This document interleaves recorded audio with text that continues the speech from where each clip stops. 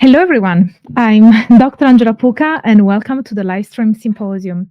As you know, I'm a PhD and a university lecturer and a religious studies scholar, and this is your online resource for the academic study of magic, esotericism, paganism, shamanism, and all things occult. Now, before we start, I'd like to remind you that this project is brought to you by you. Actually, this might be a better view. So this project is brought to you by you. So I would encourage you, if you have the means, to support this project of delivering free academic knowledge based on peer-reviewed research by supporting my work, by joining my Patreon, my Coffee, sending one-off donations, sending super thanks, super chats, or joining memberships. Also, please sign up for my newsletter. You will find the link in the description box, and the link will be in a pinned comment afterwards as well. Because we cannot really rely on the capricious algorithms who basically change every so often, and social media platforms that can shut down whenever they decide. If you sign up for my newsletter, you will always be up to date with whatever I'm doing, and it is really our own community. So I would really encourage everybody to do that. So yeah, and otherwise, of course, you can also support this work by sharing my videos around, leaving me nice little likes, which I normally say smash the like button. And yeah, any type of support that you can give to this project is massively appreciated. So, Hello, Judith. hello. Hi. I think that we can start talking about our topic then. First of Yes. all, let me introduce you. Judith Nobel is professor of film and the occult at Arts University Plymouth. She began her career as an artist, filmmaker, exhibiting work internationally, and worked for over 20 years as a production executive in the film industry, working with directors including Peter Greenaway and Amma Azante. Her current research centers on artists' moving image, surrealism, the occult, and work by women artists. And she has published on filmmakers including Maya Derek, Derek Jarman, and Kenneth Anger. Her most recent publication as editor is The Dance of Moon and Sun, British Women and Surrealism. She continues to practice as an artist and filmmaker, and her most recent film is Fire Spells, a collaboration with director Tom Cheek. Her recent work can be found at www.iceo.space, and her film work is distributed by Cinenova. So you also find all this information in the description box. So nice to see you, Judith. Oh, So, gosh. so Sorry, I'm a little less prepared visually than I was hoping to be. I hope this light is. Oh, no, it was better. Yeah, just leave it okay. like. Yeah, it's okay. So everybody is welcoming you. So I think shall we crack on and start talking about Kenneth Anger? Could Yes, you let's talk tell us? about anger. Yes, could you tell us who he was and his work and why that was innovative? Okay, so Kenneth Anger was one of the great American avant-garde filmmakers. I'm saying was because sadly he died earlier this year at the age of 97. And he began working on the West Coast. He was born and brought up in Hollywood, and he began working on the West Coast as an independent filmmaker in his teens. Made his first film, Fireworks, in 1949, and at the same time was becoming very involved in the occult, in the world of magic, and he was working very much in the Thelemite tradition. So his films reflect that. Oh, someone deciding to be at my doorbell. I just ignore it. It's not having a very good day today. I'm so sorry. His from the beginning, his films are were magical acts. They were made as magical acts, and to watch them can, if you wish, also be a magical act. So after Fireworks, he went to Europe at the invitation of Jean Cocteau, and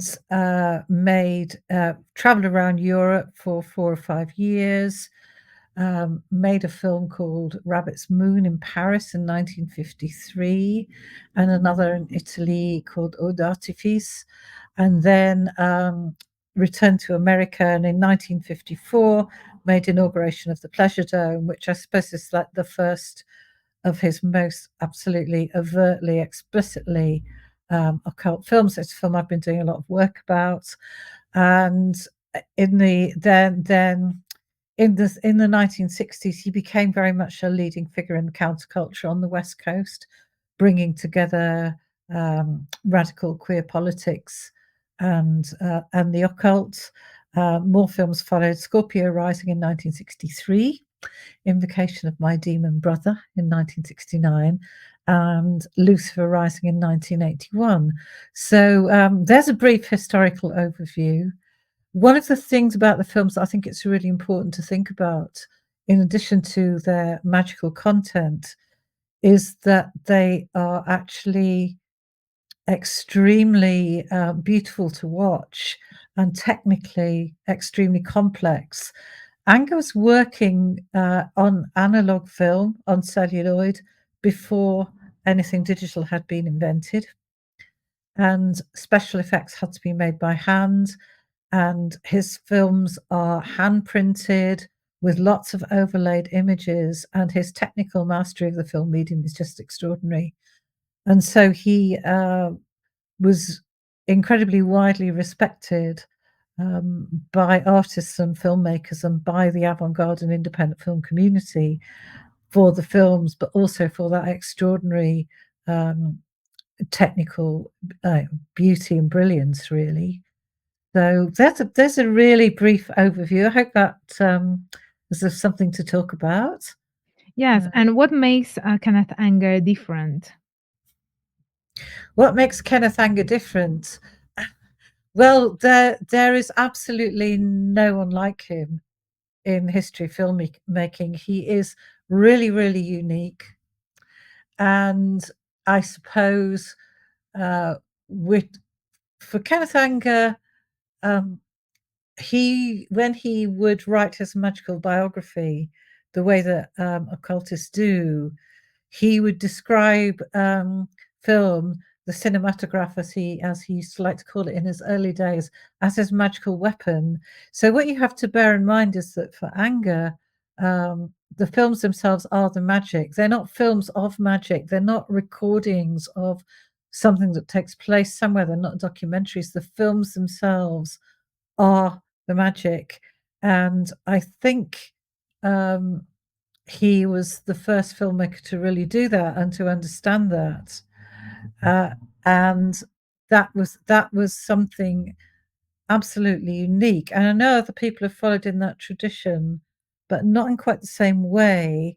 And so I think that's the really extraordinary thing about Anger's work. So whereas we might say, if we talked, for example, about Aleister Crowley, who was a profound influence on Kenneth Anger, magic for Crowley might consist in a ritual piece of sex magic or some other kind of manifestation. For Anger, it isn't. It's the film itself.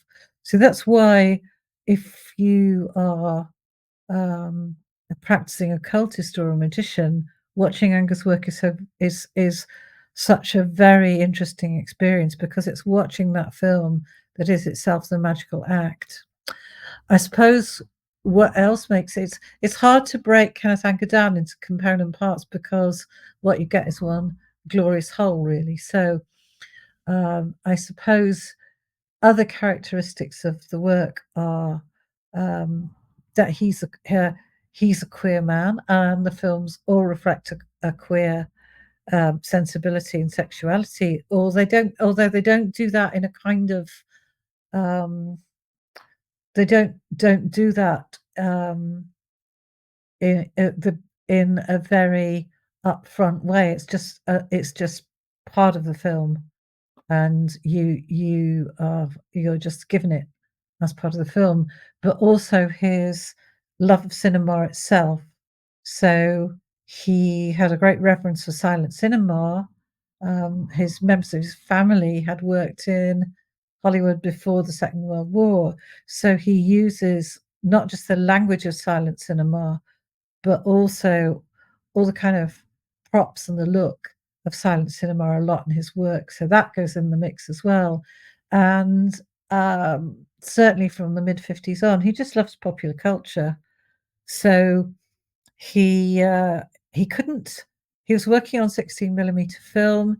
He couldn't use sync sound, where you can record sound straight onto the film. That was technically not possible. So he invented the technique of using pop music and cutting the film to the music. So he inadvertently invented the soundtrack technique that became the basis not only for the music video industry, but also until about the end of the 1970s, also for the porn industry. So he was a technical innovator, although, I think this for him was just making the work in the way that he wanted it to do. So all those things make him unique. But as I say, I don't think they're things that you can take apart.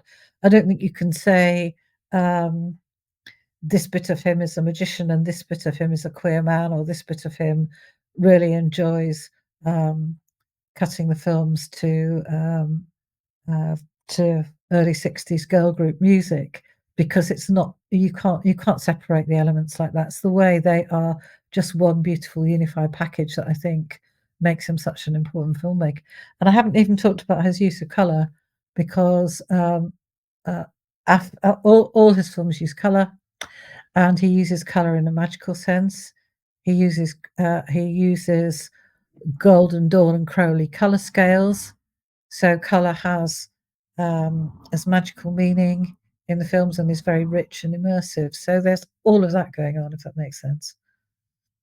Mm.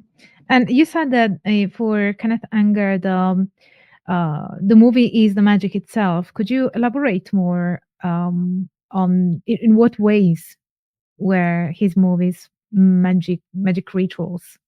Well, it What varies. made them? Yeah, I mean that varies from film to film. So at the moment, I've been doing some writing about Inauguration of the Pleasure Dome. That's a film which is very deliberately constructed as a kind of orgiastic ritual, at the end of which the god Pan is kind of sacrificed, overcome, consumed by the other characters in the film.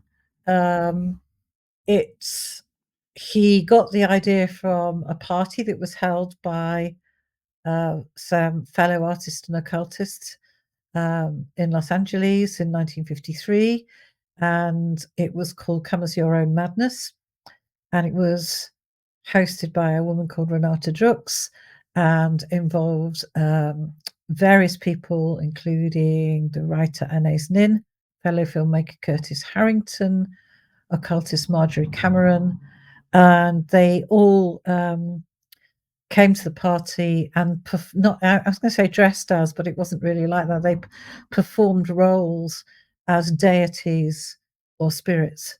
And so Anger based the film on that party, got them to reprise what they were doing, but recreated that as a ritual in which various deities are summoned up by a male magus, played by Samson de Brea, and a Scarlet Woman, played by Marjorie Cameron.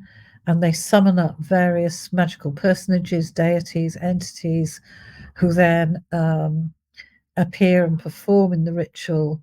And that concludes with the sacrifice, with the consumption of kind of entheogenic brew, which Anger describes in various different ways at different times in program notes as yage, wormwood, mescaline, whatever, and pan is consumed by the deities, who are all then, I think we'd say, returned back into the inner realms by the Magus and the Scarlet Woman. So that is a film ritual, and it's made in 1954, but he re-edited it in the 1960s and heightened its entheogenic aspects, which fit very well with the counterculture at the time, and that's where it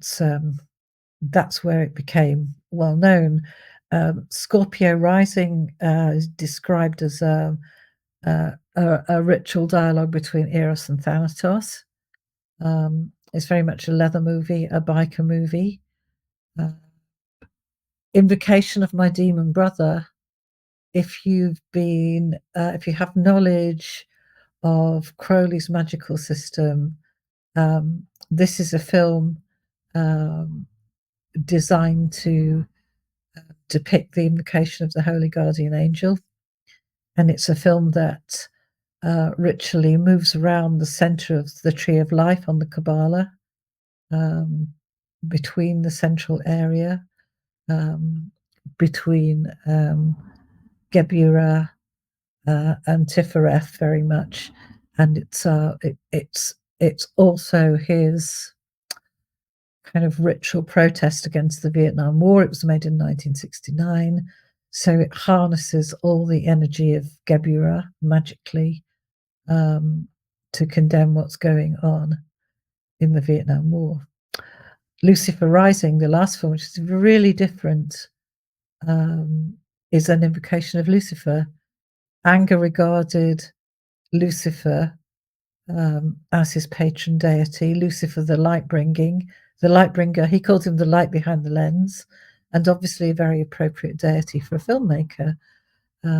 So that film is an invocation of Lucifer.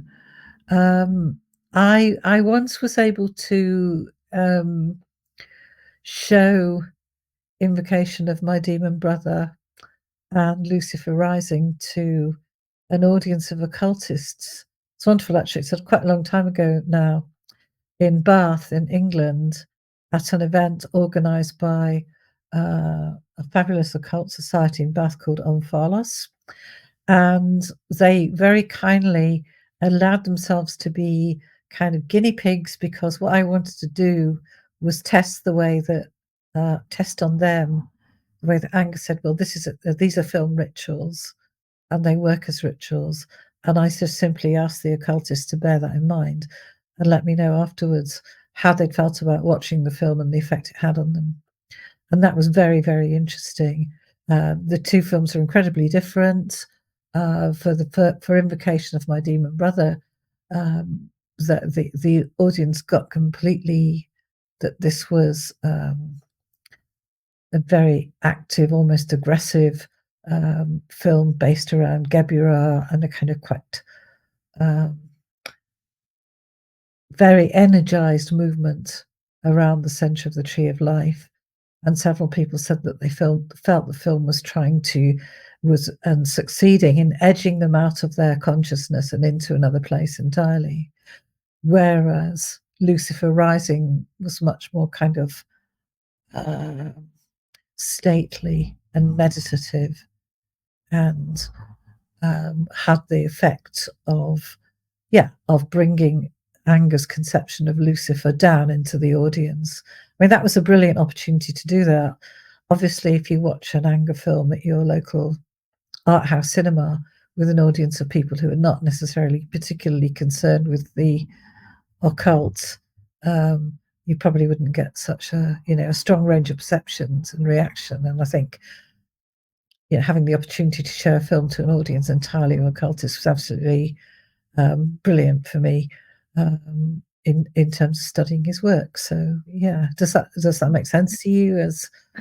Yes, I was thinking. Yeah, absolutely. So I was thinking, when we talk about a movie or film being a magic ritual, does it mean that is a magic ritual meant to affect the people watching it, or is it just a recording of him doing a magic ritual? No, it's meant to work on the people watching it. Okay. And if you there are very few sequences in Anger's films of him actually performing rituals. And one of the things that's very important to understand about his work is that shooting the footage is the first stage in quite a long process. So that editing, putting together, and in the old analog way of working, printing the work are really important. So, for example, Inauguration of the Pleasure Dome was shot in 3 days at Sam Sunderberry's house in Hollywood, but the editing and the printing happened over 3 months, maybe a little bit more. And then he re-edited and reprinted the film again in the 1960s, so it became substantially different. And so, if you take Invocation of My Demon Brother, which is quite a short film, he's using some footage of himself performing one of Crowley's rituals in San Francisco in 1967. That's Liber, Eaux, where the ritualist is freeing themselves from the old slave gods. But he's taking snatches of that ritual, refilming it at a different speed, and then cutting it into other materials. So we're not watching a ritual. We're not watching Kenneth Anger, performing a ritual, but there are elements of him performing a ritual cut into the film. But the pacing and what happens are completely dictated by the editing and what happens there. So, yeah, what we're talking about is a ritual that's specially constructed as a film that can only exist as a film. And in a way, he's following in the steps of Maya Deren, who preceded him by some 8 or 9 years, in that she was creating films, not all of them as strongly ritual as Anger's, but things that could a magic that could only exist on screen. So we're definitely not watching or recording something else. We're watching something that's been really specifically constructed to work on us magically. I have to say, in the wild countercultural 1960s, when Inauguration of the Pleasure Dome was being screened in 1966 and 67, in a version which he'd re-edited and retitled Lord Shiva's Dream, get it? LSD, he actually, at some screenings, told audiences at what point in the program they needed to take acid in order to get them the most benefit from the film, as an entheogenic ritual as well. So there was that dimension to the work as well. But in terms of doing magic through art, in his case, so how would he do that esoterically? How would he make a movie a ritual that is meant to act on people? Is there something specific that he was doing as a filmmaker to imbue those movies with magic power? Well, we're never going to know the actual ritual context of the filmmaking because he never told us. You know, and we don't literally know that such and such a deity was invoked in a circle before the filmmaking took place, and this is what happened.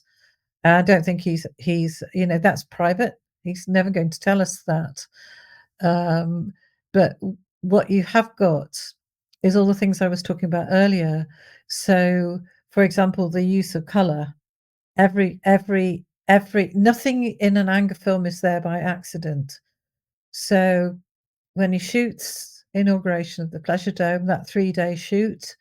It's in a house in Hollywood that belonged to a friend that he chose specifically for its decor and the occult objects in the house. And then he went round and meticulously placed every single object and coloured everything that he wanted to colour in that room. So there was nothing there by accident. Every single thing was placed there for a magical reason. And he does that in all the films. So it's more, I think, the bits we'll know about are putting together colour, light, and working with, they're not narrative films, but working with ritual elements that we recognize as magicians when we see them. So if we watch Invocation of My Demon Brother, which was made partly in London and partly on the West Coast, we'll see brief snatches of footage of the Rolling Stones concert in memoriam of Brian Jones in 1969, intercut with sigils, intercut with Anger setting fire to a mummified cat, cut into Bobby Beausoleil's band, magic powerhouse of Oz, moving down a staircase and through a space, and so on, so on, so on. And there's a richness of overlaid images in that, but all of them individually have elements of magical meaning that he's bringing together. So what we have is someone whose knowledge of ritual magic is really, really profound, and it's being deployed in a really kind of complete way. I don't think we'll ever know, unless we were there at some of those shoots, precisely what was, what invocations or ceremonies were taking place to set the consciousness of those making the film. He doesn't tell us that. And in a way, I'm fine with that. I think that's quite a private thing. And in terms of his the type of tradition or traditions that he followed, would he identify as a Thelemite and or not? And what were the esoteric traditions that had an influence on his esoteric practice? Yeah, he identified as Thelemite, although it's certainly not in his early days. He wasn't actually a member of the OTO. I'm not in the OTO myself, so people from the OTO will be able to say more about that than I can. But I think certainly in his later days, he was very happy to have a relationship with the OTO, although earlier on he denied it, although he was quite a contrary person. So he was likely to answer any kind of question with a denial or a very contrary answer. But he's certainly by the time he's 20 years old, he's really steeped in the Thelemic tradition and in Crowley's magic, which he quotes extensively and quotes in interviews. He really knows what he's doing. So yes, it's the Thelemite tradition, and I must get the date of this right, I think 1956, he worked with Albert Kinsey, famous for writing the Kinsey report about human sexuality. And he and Kinsey went to Cefalù in Sicily and visited the Abbey of Thelema, and took photographs and made some film, which does not survive. Photograph survived. There's quite a well-known photograph of Anger and Kinsey standing in the dark with a torch looking at Crowley's paintings in Thelema. So it was Crowley that did it for him. And he did a series of very good interviews in the late 1960s and the 1970s. The ones he did in England with Tony Raines were particularly good, where he would explain his magical practice in quite a lot of detail. And he was always explaining it to people who did not share it. But he explained it in quite some detail, and it's recorded. It's written down in interviews, and he will say quite straightforwardly, this is based on Crowley's hymn to Pan. Here is the hymn to Pan. There is a red jewel in the corner of that image, because I'm referring to the line where Crowley says a ruby radiant, etc. So yes, it's very much Crowley. I can't find evidence of where he first picked it up, except it's there in his high school days. He was close friends in his teens with the filmmaker Curtis Harrington, who went on to make Night Tide with Dennis Hopper, and again with Marjorie Cameron, and to direct a lot of rather wonderful and very camp television in the 1980s. And they were both already very conversant with Crowley. And again, there's some lovely interviews with Harrington where he talks about that. But where they began that quest, I don't think anyone is quite sure. There was a church of Thelema in Hollywood and then in Pasadena since the 1930s. His association with Marjorie Cameron postdates her marriage to Jack Parsons. He didn't meet Parsons. He knew Cameron after that. So there's absolutely no evidence that he ever met Parsons.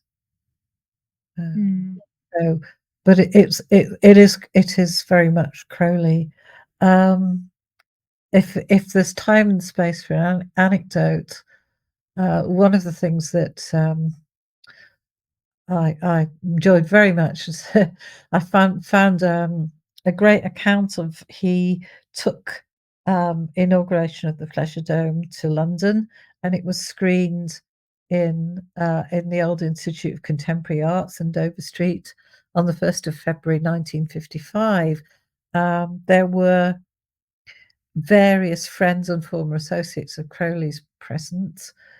Kenneth and Steffi Grant were there, and it's recorded in their diaries. One of the people there was Lady Frida Harris, who of course created the images for the Thoth Tarot, and she really hated the film, and she told him so in no uncertain terms. And he was very, very young and always quite kind of, when you met him, he was very, very charming, but kind of quite camp as a way of dealing with things. And when she started tearing him off the strip, he started saying, "Oh, but my dear," and she just got really angry and said, "Don't you call me my dear." This is a woman who had been involved in suffragette direct action in her youth. So the idea of a film as a magical ritual certainly didn't go down well with her in 1955, which is a shame. He does, incidentally, in that film, there are a number of really overt visual references to the Thoth Tarot. There are, you probably recognize a number of times we see in the film an image that's taken straight from the poses of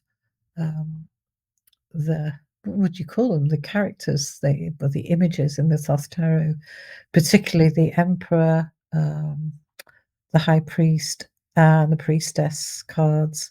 So there's a extensive use of the Thoth Tarot deck going on in that film, but Lady Frida Harris didn't enjoy it one bit. Why do you think that Kenneth Anger is so popular among practitioners, especially in the US? Magical practitioners or filmmakers? Magical practitioners, as far as I know, probably even filmmakers. Well, I'd say my own subjective response to that is that the films work. The films work as magic rituals. They're wonderful experiences. So I would think that that's the absolute core reason. You know, you can watch Lucifer Rising, Invocation of My Demon Brother, Scorpio Rising, etc., and they are a powerful form of magic, which you can join in with by watching. And then you can also, since the digital age began, you are able to watch them in the comfort of your own home. And if you want to, like I did when I first started doing in-depth research into how his films worked, now some 15 years ago, you can watch them very slowly and take them apart frame by frame and really understand all the magical elements that have gone into them. So I think they're an absolutely multi-layered, in-depth magical experience if you want them to be. And as I said, in filmmaking terms, they're actually really skilled and beautiful things. So, you know, there's a whole world of people involved in the arts in film who are not particularly interested in the magic, but just think that they're really beautiful films. So I think if you're a magical practitioner, you can appreciate the magical elements and the beauty of what you're being presented with. Then I think that accounts for a lot of their popularity. And the other thing is that he is so immersed in popular culture. Although, you know, now that's becoming a little historic. But there's immense pleasure in watching Scorpio Rising, where he's cutting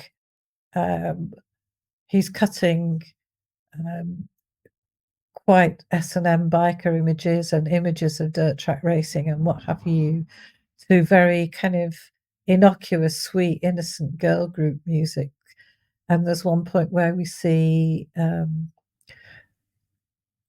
a Sunday school film of Christ's crucifixion intercut with a biker initiation ritual, and the soundtrack is "He's a Rebel," and it's hard to explain in words, but when you watch it, you know, it's quite delicious. It's funny, but it also sends a bit of a shiver down your spine as well. So he's working with all those elements, and I think you know, that all those things make the films really pleasurable.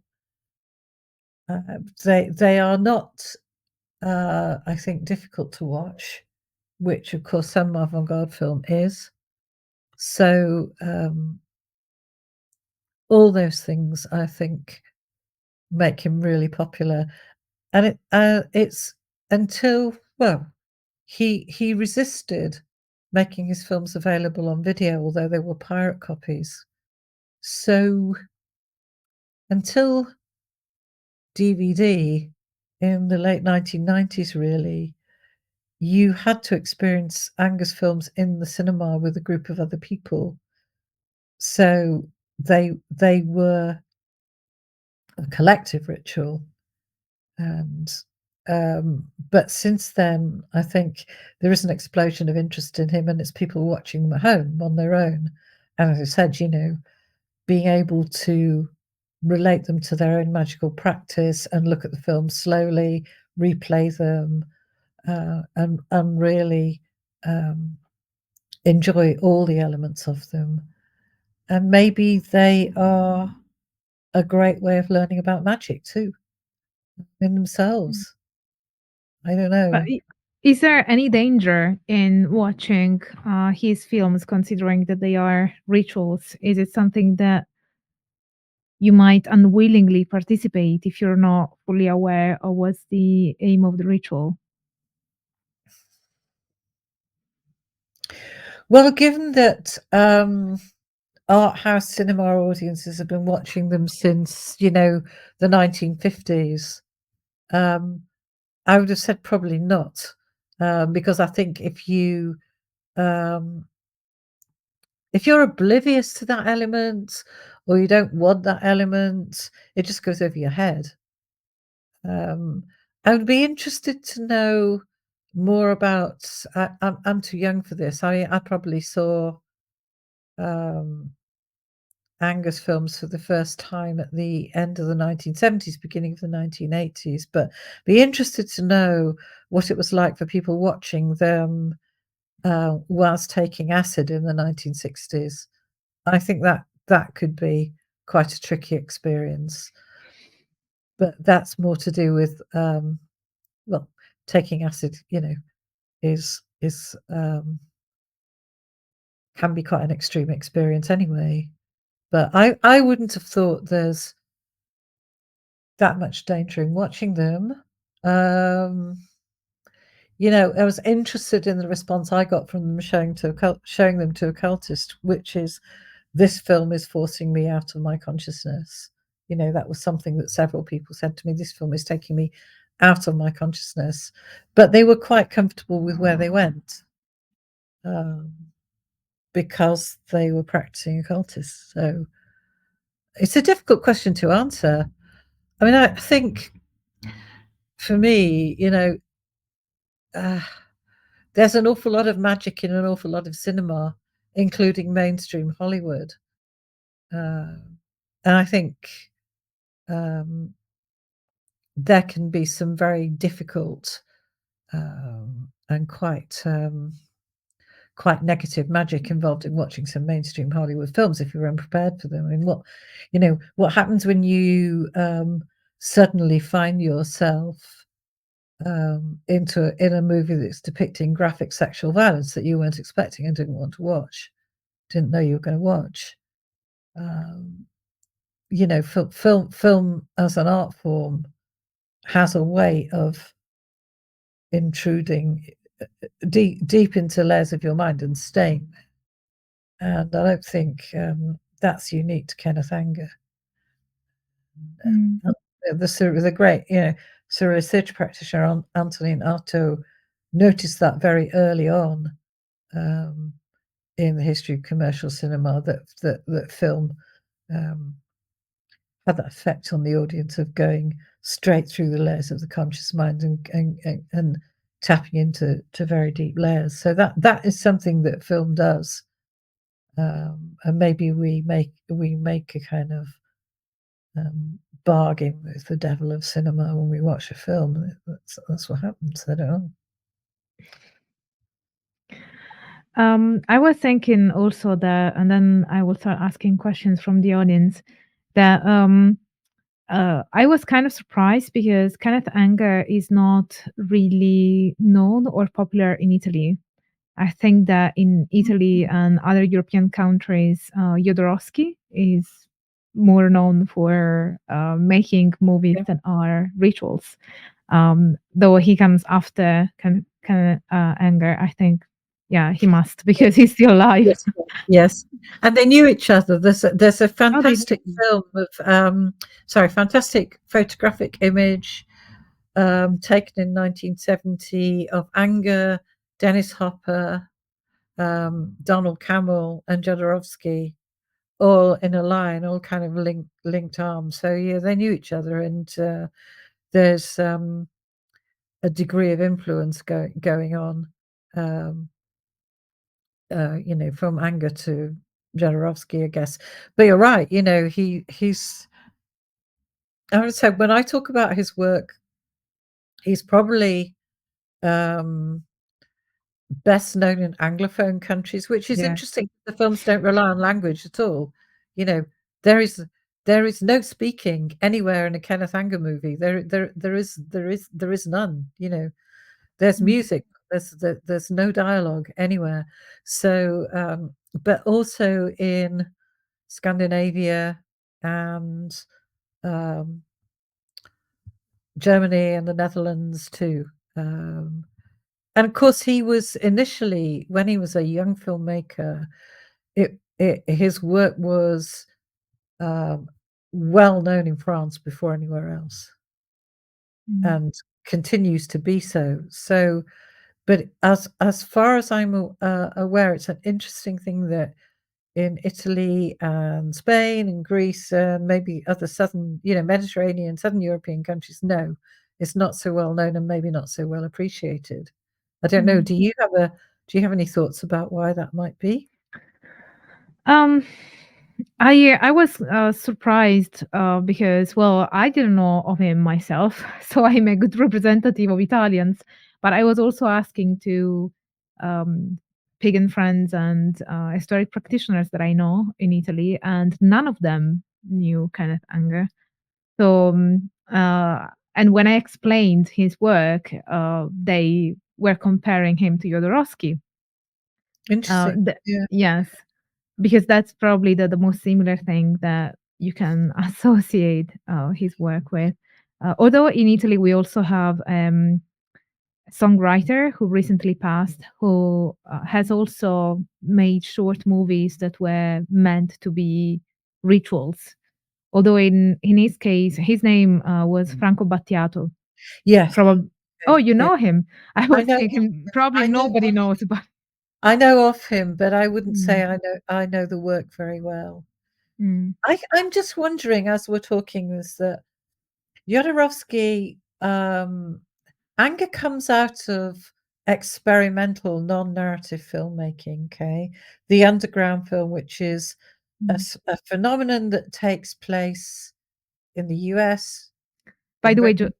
Joao, who's Portuguese, is saying the same thing, so that might Yeah, soften the yeah. Portuguese. Whereas Jodorowsky comes from somewhere different, which is the kind of narrative art house cinema, in the tradition of, say, for example, Buñuel, um, where the film is longer and it has narrative. And I'm thinking also of in Italy, very much Pasolini, um, you know, and he's yes, his films are rituals, but they're more in terms of filmmaking. They're much more in that tradition of the art house feature film, where there's more of a narrative thread, and the films are much longer. Whereas Anger isn't coming from there at all. He's coming from fairly and squarely from experimental cinema that begins really in the US with Maya Deren, and then you have Stan Brakhage, um, and all the filmmakers who were active in the early 60s. So I'm wondering if that's probably one of the reasons, and that kind of experimental cinema um, didn't didn't become a feature so much in Southern European countries. It Could was be. yeah, I don't know, it's It could interesting. also be, yeah, it could also be that even though the movies don't really present the language barrier, but he if his work has been distributed more in English-speaking countries, maybe, the word never reached the Southern European Yeah, countries. yeah. But I was kind of surprised myself because Kenneth Anger is, once I got to know his work, it obviously fascinated me as well, and I was really surprised that I had never heard of him before.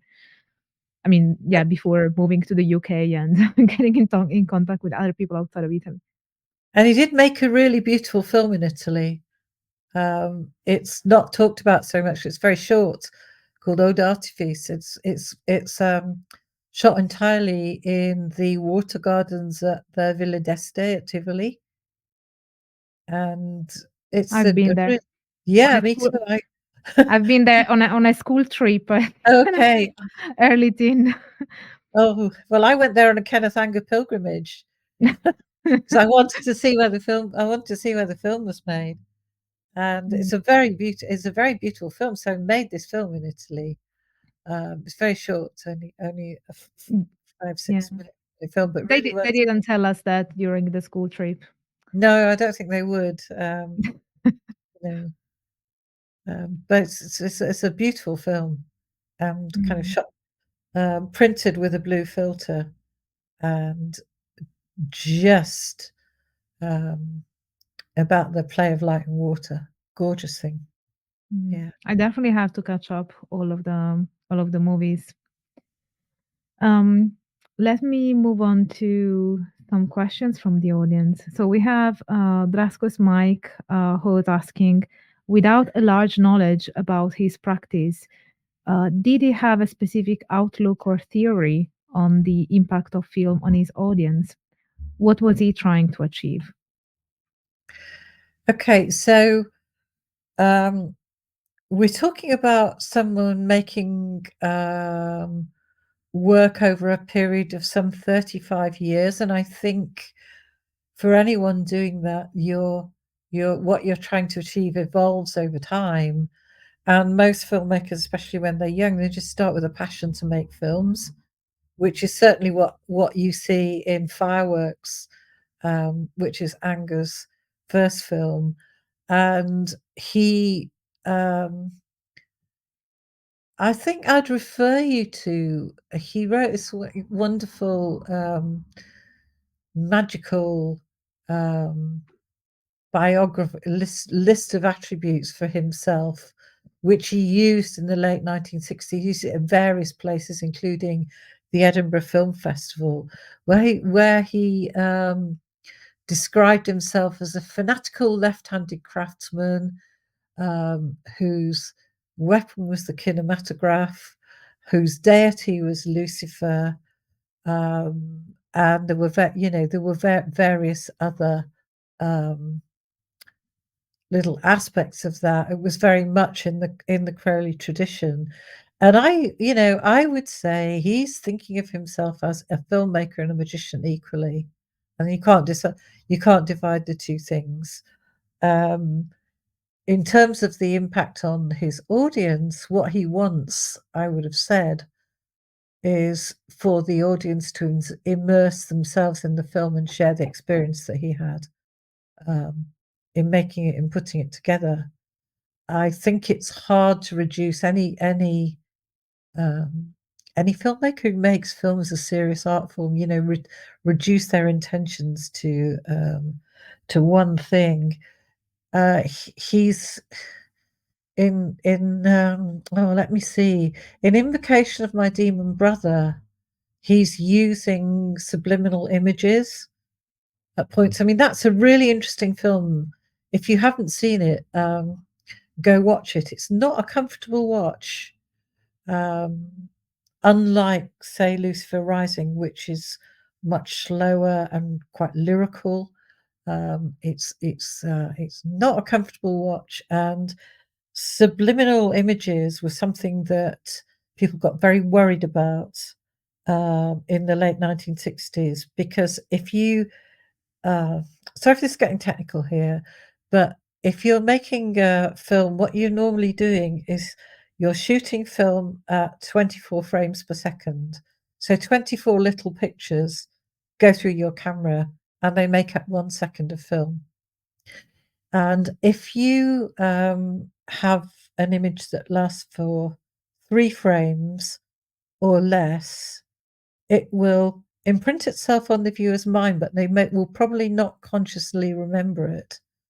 Some people can remember they've seen something that appears for 3 frames, with others it's 4. And he was using 3-frame images in Invocation of My Demon Brother. So explicitly, by using that, he is doing something with your consciousness, because you probably consciously can't say that you can't say consciously, oh yes, I've just seen that. The image concerned in Invocation of My Demon Brother is 3-frame little blips of American GIs getting out of a helicopter in Vietnam.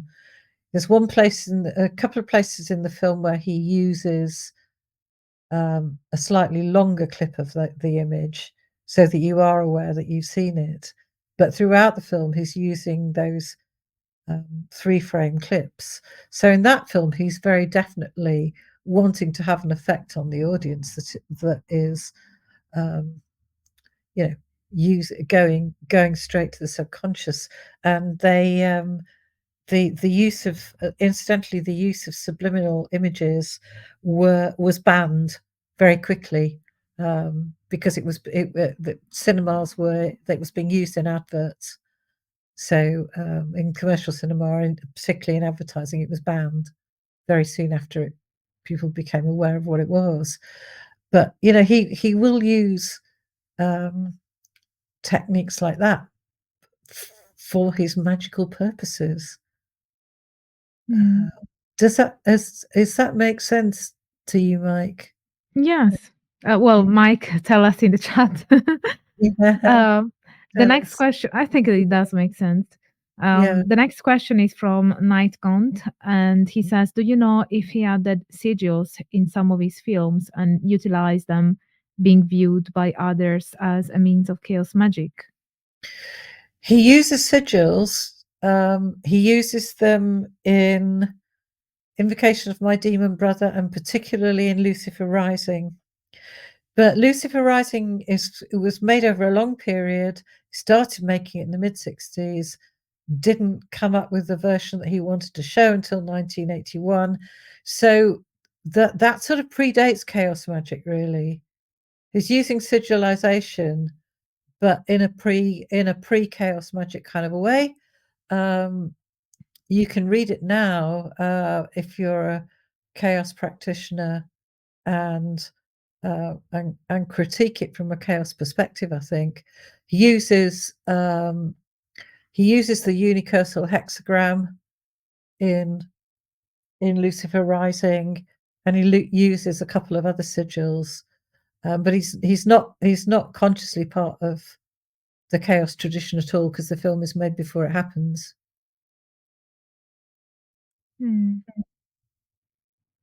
Thank you. And we have another similar question from Latif, who asks, "Do you think Anger was a successor of Austin Osman Spare in terms of the magic being in the art?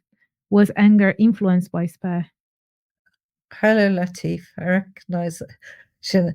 I think he was a successor of Spare in general terms. In the magic, the magic is the film is the magic. Definitely in that sense. Whether he was directly influenced, I don't know. He spent quite a chunks of his life in the UK, in London. A large part of the time between 1966 and 1970, he was in London. He was very influential on the Rolling Stones for a time. I was introduced to them by Anita Pallenberg. And so he may well have looked at Spare's work during that time. I can't find any recorded evidence of him talking about it or mentioning it. So I just don't know that. I know that Michael Staley, who is working on Kenneth and Steffi Grant's diaries, very kindly shared information from those diaries with me. So Anger was very interested in what Kenneth Grant was doing for a while in 1955 and 56. They kept up a correspondence, and the Grants were very interested in him and also very much in Marjorie Cameron. But I don't have any concrete evidence that he actually looked at Spare's work. But it would have been perfectly possible, given the circles he was moving in London in that period, for him to do so. And of course, he visited London many times in subsequent years. I remember seeing him at exhibition of Crowley's paintings at the beginning of this century. So again, it would have been perfectly possible for him to see Spare's work, but of course, the films that we're talking about, the last one was made in 1981.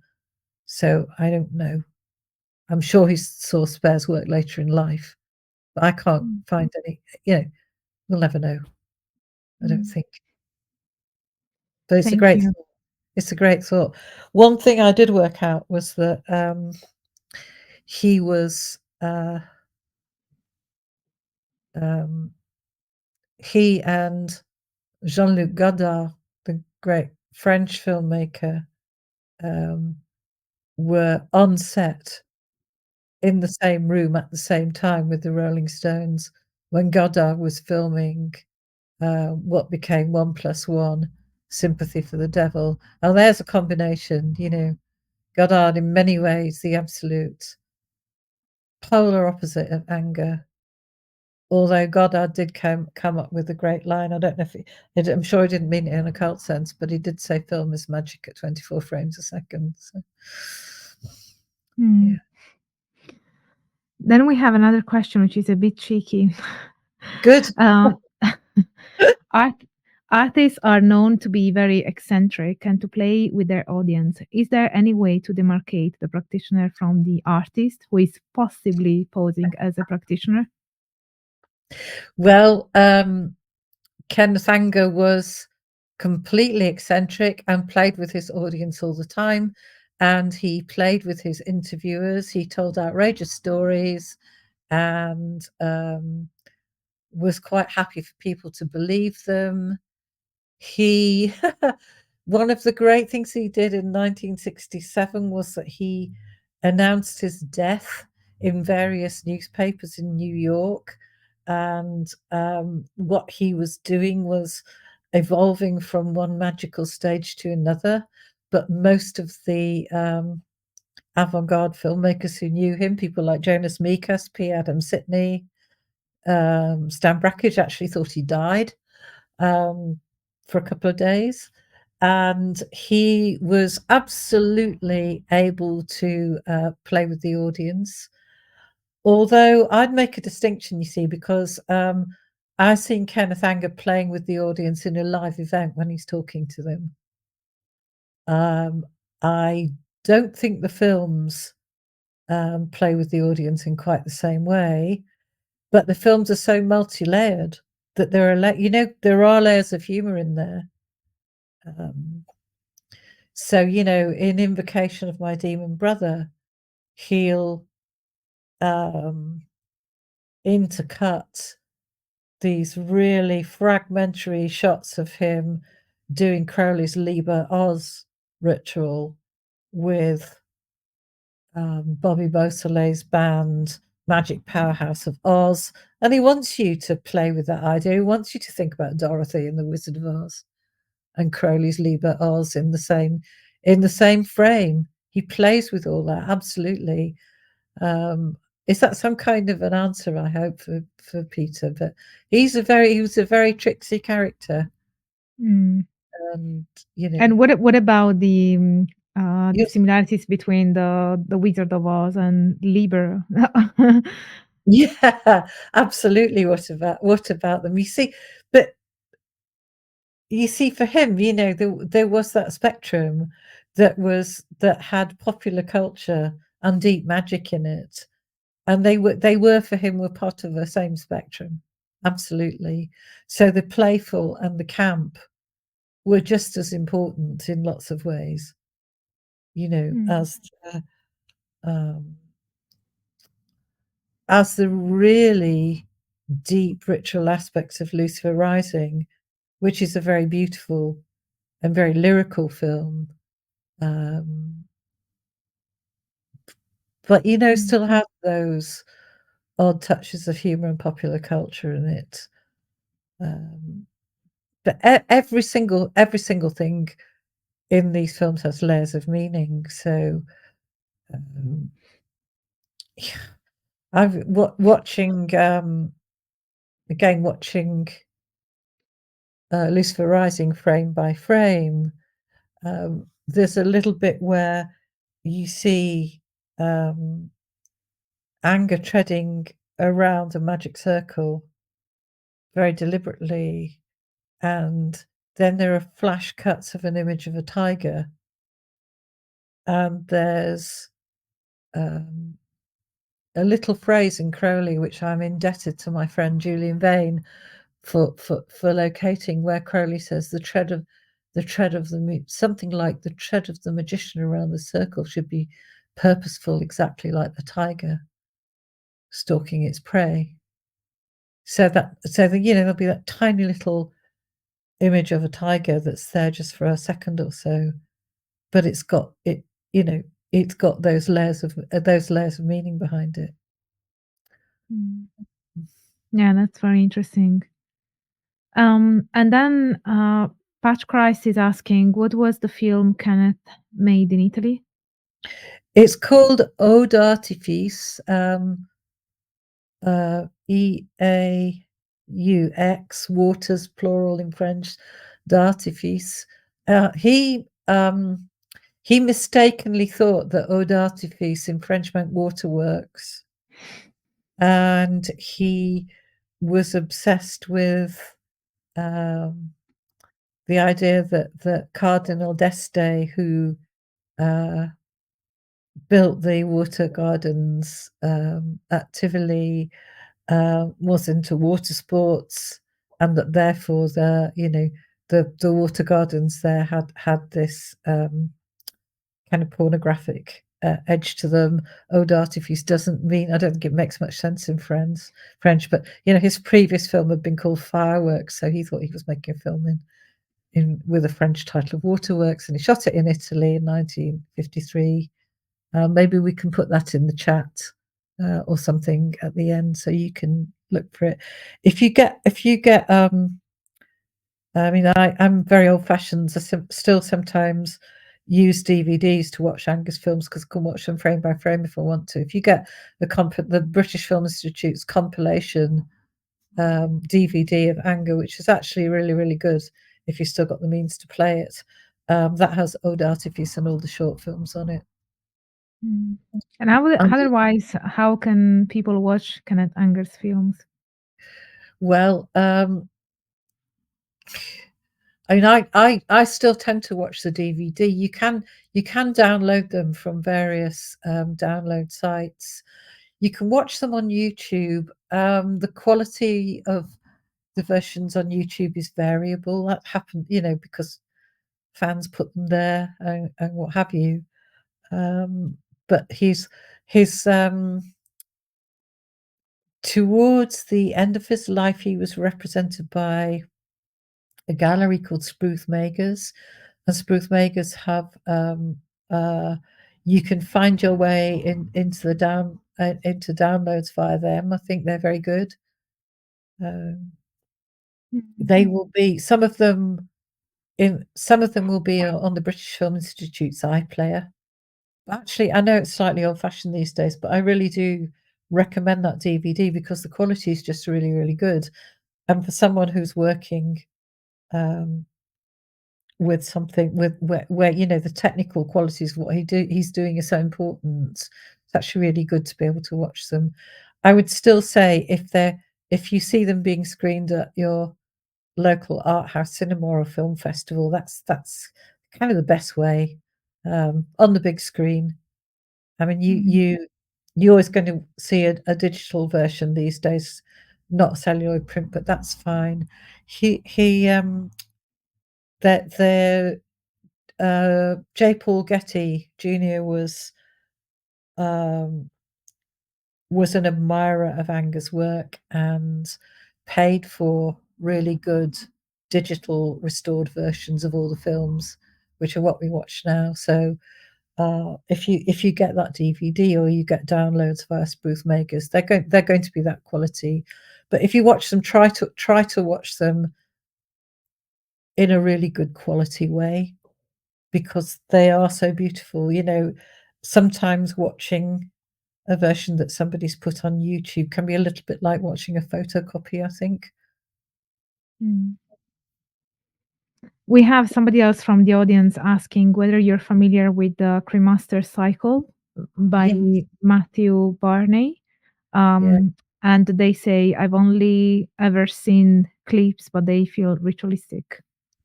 Yeah, I am familiar with the Cremaster Cycle. I think it's a really wonderful piece of work. I think Matthew Barney's a really interesting filmmaker. I don't think I think they have a ritualistic element to them. but I don't think they are intended to be full-on magical acts within a ritual magic tradition like the Thelemic tradition in the same way as Anger's. But they're great films, and they're really worth seeing. I would really recommend them. Thank you. So I guess that we have answered a lot of questions, so we can let you go, Judith. Are you Thank you so sure? much. I'm happy to stay as long as you want me, having been missing in action at the beginning, for which I can only apologize. I live in a very rural area, and this hasn't happened for a long time, and it would just happen today, and I'm really sorry. It's fine. Apologies accepted. I'm sure that It was very everybody kind of you, and thank you everyone for sticking with it. Yes, I hope it's thank you to everybody who remain here connected. yeah, thank you. It's very above and beyond, really. Okay. And thank you again, Judith. Oh, It was lovely chatting with you. and you, Angela. It's great. Thank you. Okay. So let's uh, close now. So thank you all so much for sticking around for the whole the whole interview, and I hope you enjoyed it. And let me know in the comments what you thought about it, especially if you're watching this afterwards. And if you like this interview, don't forget to smash the like button, subscribe to the channel if you haven't already, activate the notification bell because that way you will always be notified when I upload a new video, and share this interview and all of my videos around so that the symposium can grow. So, thank you all so much for being here and stay tuned for all the academic fun. Bye for now.